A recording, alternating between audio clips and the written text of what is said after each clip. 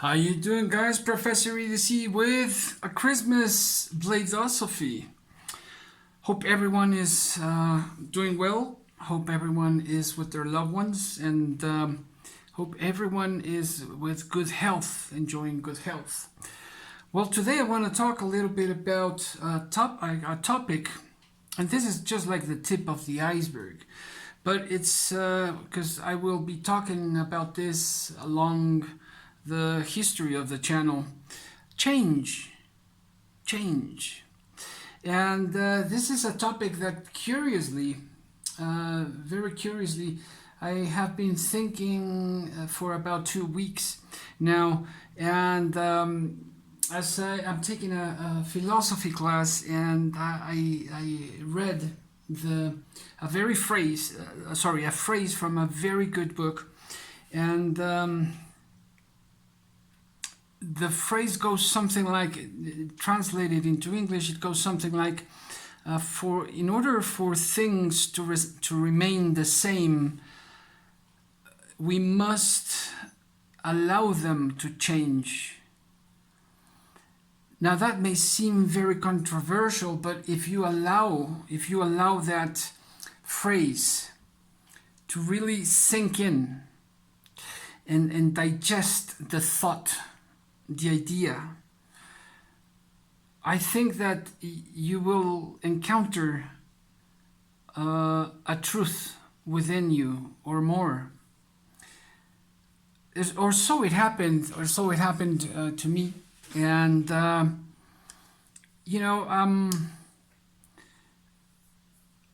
pretty harsh when criticizing certain aspects or various aspects of my life, in itself.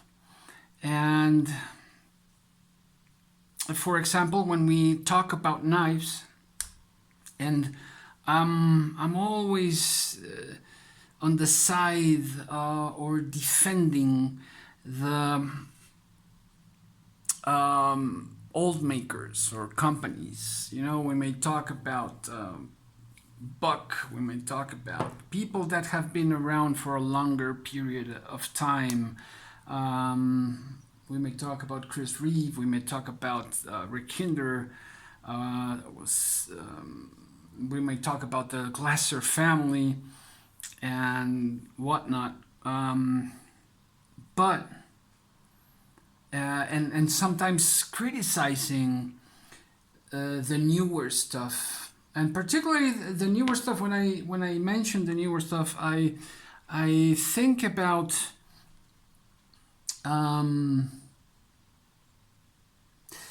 companies or people that just take a good pattern, a good model of a knife, and then just practically imitate it and add some tweaks here and there. For example, that's a good example. We got the raccoon, right? And this is the Vosteed raccoon, I think. Yeah, it is. And I saw a huge hype on, and I still see a pretty big hype on the pyrite, the CJRB pyrite. And if you look closely,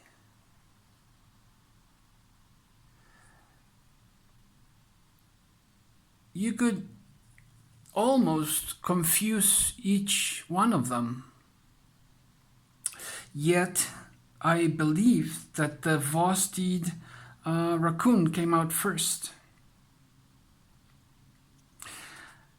Now, yes, we may talk about taking elements from other designers, from timeless designs. Yes, of course, that's part of the creative process. But when we see a more flagrant of a imitation, right? That's where I tend to get a squared mind and kind of feel tight with my teeth, and just don't approve of that, don't like that. And so, because of that, I don't support many companies and people. Whether it's right or wrong, well, who can know? Where shall we draw the line on imitation and just adding or taking away some tweaks here and there, right? That's something that I guess each one of us has to think about. But returning to the topic of change, the knife industry, the knife designs have evolved from, well, let's check out this. This is more of a traditional design, right? I think it was born around the 80s. So, and it's a great design, but it's a more of a traditional hunter's knife, I should think so. The knife world has evolved and keeps on evolving or growing. Sometimes it doesn't evolve, sometimes it just grows, and it's a bit of like in our history, sometimes we just grow old, but we don't evolve, right? And I guess that's what we have to be conscious about, of consciously evolving and not just growing old and growing bigger and wider.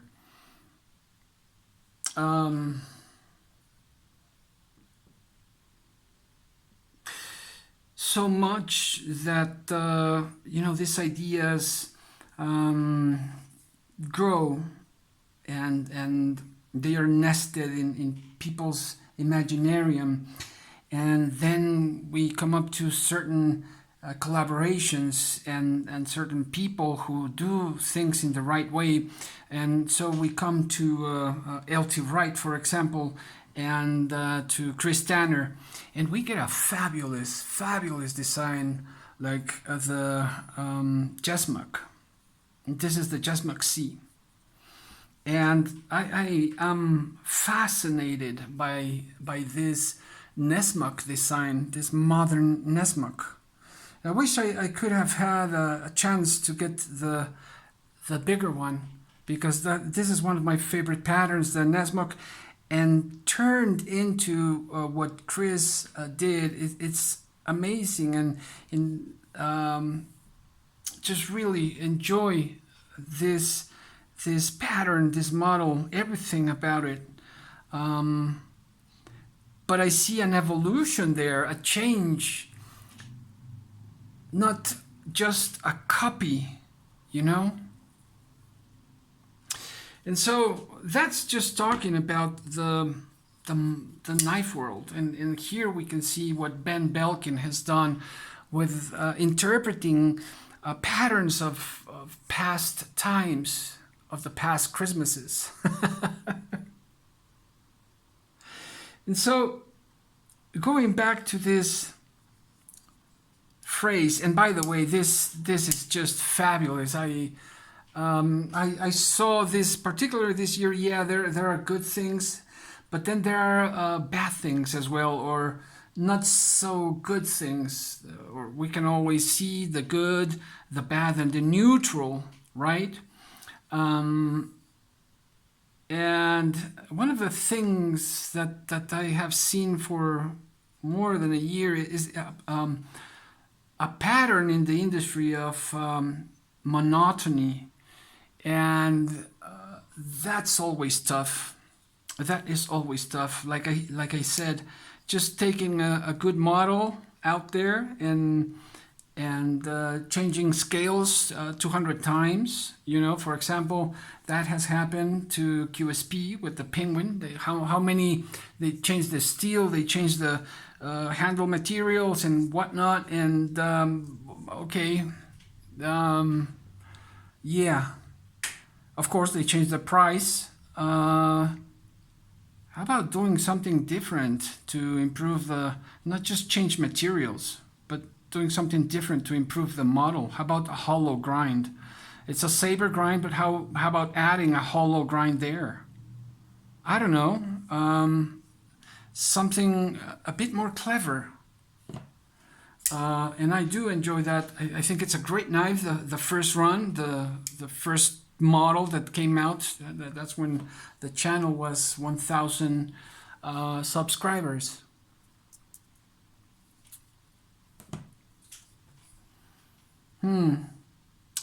But again, going back to change. And Ben Belkin, a modern interpretation of a classic or a timeless design. What a great slogan. And that's just, I think Jack Wolf Knives hit a bullseye right there with not only the slogan or the sales pitch, if you want to see it that way, but then it's more than a sales pitch. I think it's truly what Ben is doing to interpreting, and this I say as a professional interpreter myself. He is doing such a great job interpreting old designs into modern patterns. And I think that's something to be recognized and to appreciate. Otherwise, we will lose this heritage. Yeah, otherwise we will lose all those buck companies out there, right? All those Opinel and so many others. Why? Because we tend to forget, especially in modern times. And so going back to change is a difficult thing, and I've seen this in different, a few different religions or spiritual paths. But it's something that we must deal with every day. Every second, our cells are changing. Our thoughts are modifying us. And so that's what gets me unstuck when I go into that line of thought, of change. And bends my mind and allows me to think to myself, well, okay, this person, this designer is trying to do something. Yeah, he's trying to earn a buck, of course. But I have also seen that, and then that jump into something else, that jump into the third, the fourth design being something much better, much thought invested into the design. And evolution or change is a weird thing, it's a strange thing, combined, mixed with just a flavor of so many other elements. How did this come to be? Incredible. I still adore this knife, and I have so many problems with this brand. There was so many things wrong with it. In the execution of it, and yet the design where's the design? Team Wagner or Wagner design. I simply love it. Such a great design. But we can also see that this has been an evolution of something else, can't we? I would love to see this design, this same design, with a different brand. or with the same brand, just well executed. But change, and not only change, evolution takes time, and there are many turns in it, and there are many mistakes that are going to be done. And so I mention all of this because sometimes we get stuck on ourselves, right? We get stuck on our thoughts and the way things should be. And if we all get stuck on our way of thinking, then not only the world of human race gets stuck, but ourselves, we get stuck, and we are not able to grow up and evolve.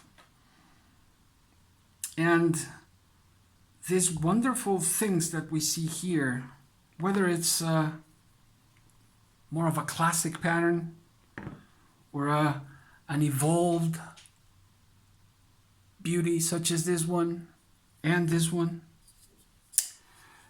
would have never come about.